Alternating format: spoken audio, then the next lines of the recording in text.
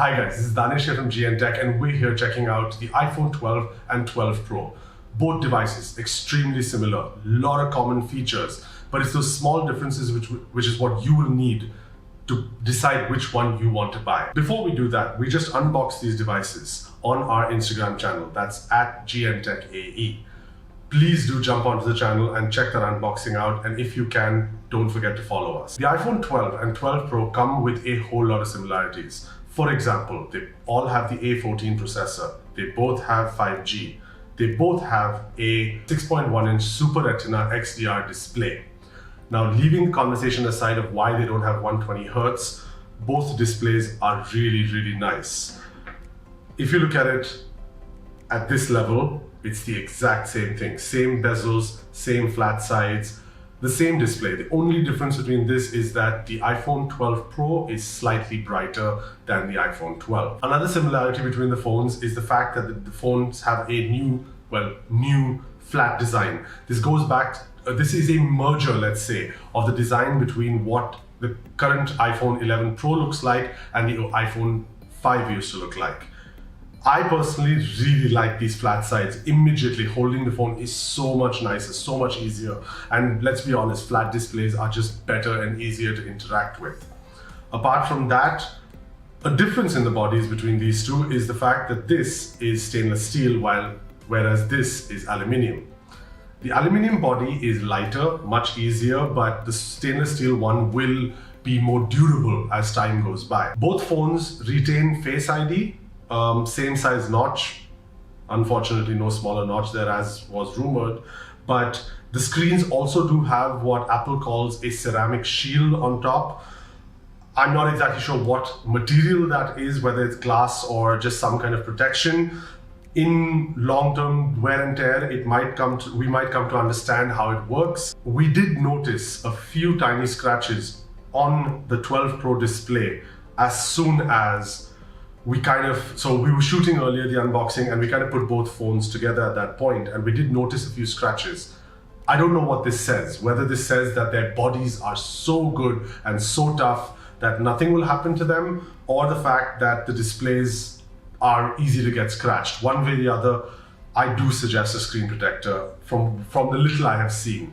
It's completely up to you, but that's my suggestion. Another similarity between the devices is the fact that they are both IP68 rated, so that's about 30 minutes underwater, which is good. I wouldn't ever suggest that you take your phone with you constantly into a pool or in the ocean, but yeah, if you do use a wet hand or something spills over it, you're safe. Now, both the iPhone 12 and 12 Pro come enabled with Apple's new MagSafe technology. So what that basically does, if you haven't seen it yet, is that there is now a magnetic wireless charger, the same way it works for the Apple Watch. So you just kind of place it on the back and it sticks on and it's wirelessly charging up to 15 watts.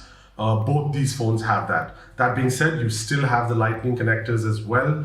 No USB Type-C, and I don't think that's ever going to happen. But yeah, you do have those. Now, let's move on to the differences. As far as the processing power is concerned, both devices have the A14 Bionic. But as far as RAM is concerned, that's where the difference comes in. The iPhone 12 has 4 GB of RAM, whereas the iPhone 12 Pro has 6 GB of RAM.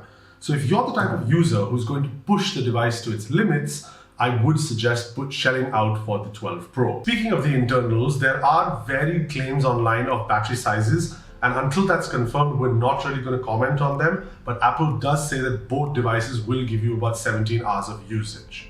Another difference as far as internals is concerned is that the 12 starts at 64 GB, going up to 128 and then 256, whereas the 12 Pro starts at 128, a bump up from last year's 64, and then goes up to 256 and 512. So storage options are going to be something else to consider in case you're choosing between these two devices. Now coming to the biggest difference, which is most probably going to be the reason you choose one or the other out of these devices. The 12 comes with a dual 12 megapixel setup with a wide and ultra wide, whereas the 12 Pro comes with a wide, ultra wide, as well as telephoto, and all of them are 12 megapixels.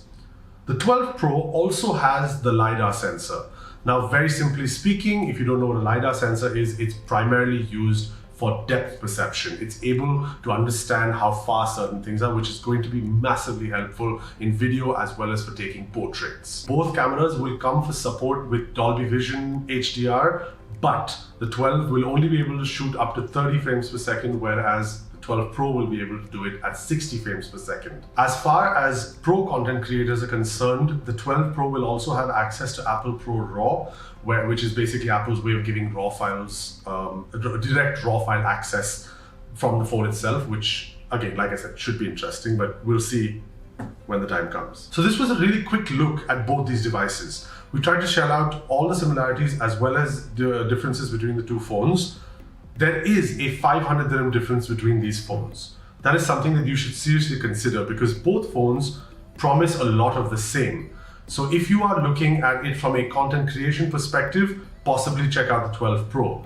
But if you just want a good iPhone that's an everyday device that will satisfy most of your needs when you're at home with family and friends or even traveling, the 12 will be a perfectly good companion. If you did like this video, please don't forget to like and subscribe, and thank you very much for watching.